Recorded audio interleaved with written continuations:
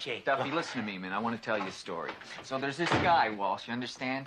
He's tired of screwing his wife. Jake, so wait a second, Duffy. You're always in such a hurry. So his friend says to him, hey, why don't you do it like the Chinese do? So he says, well, how do the Chinese do it?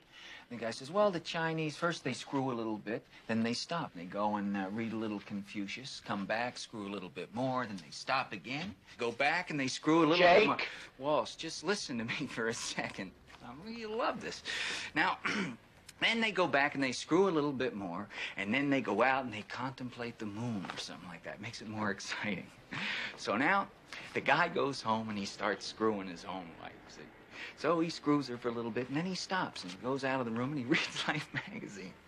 Then he goes back in, he starts screwing again. He says, excuse me for a minute, honey. And he goes out and he smokes a cigarette. Now, his wife is getting sore as hell. He comes back in the room, he starts screwing again. He gets up to start to leave again to go look at the moon. She looks at him and says, hey, what's the matter with you? You're screwing just like a Chinaman. Jesus. And Barney...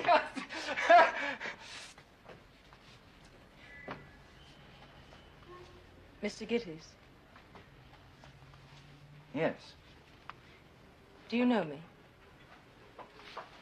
Well, I think I would have remembered.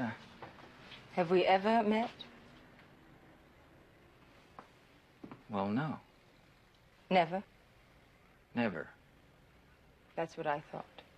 You see, I'm Mrs. Evelyn Mulwray. You know Mr. Mulwray's wife? Not, that Mulwray. Yes, Mr. Gittes, that Mulwray.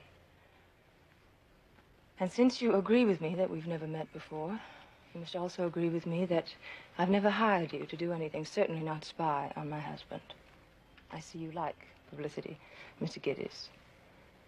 Well, you're going to get it. Now, wait a minute, Mrs. Mulwray. I think there's been some misunderstanding here. There's no point in getting tough with me. I don't get tough with anyone, Mr. Gittes. My lawyer does.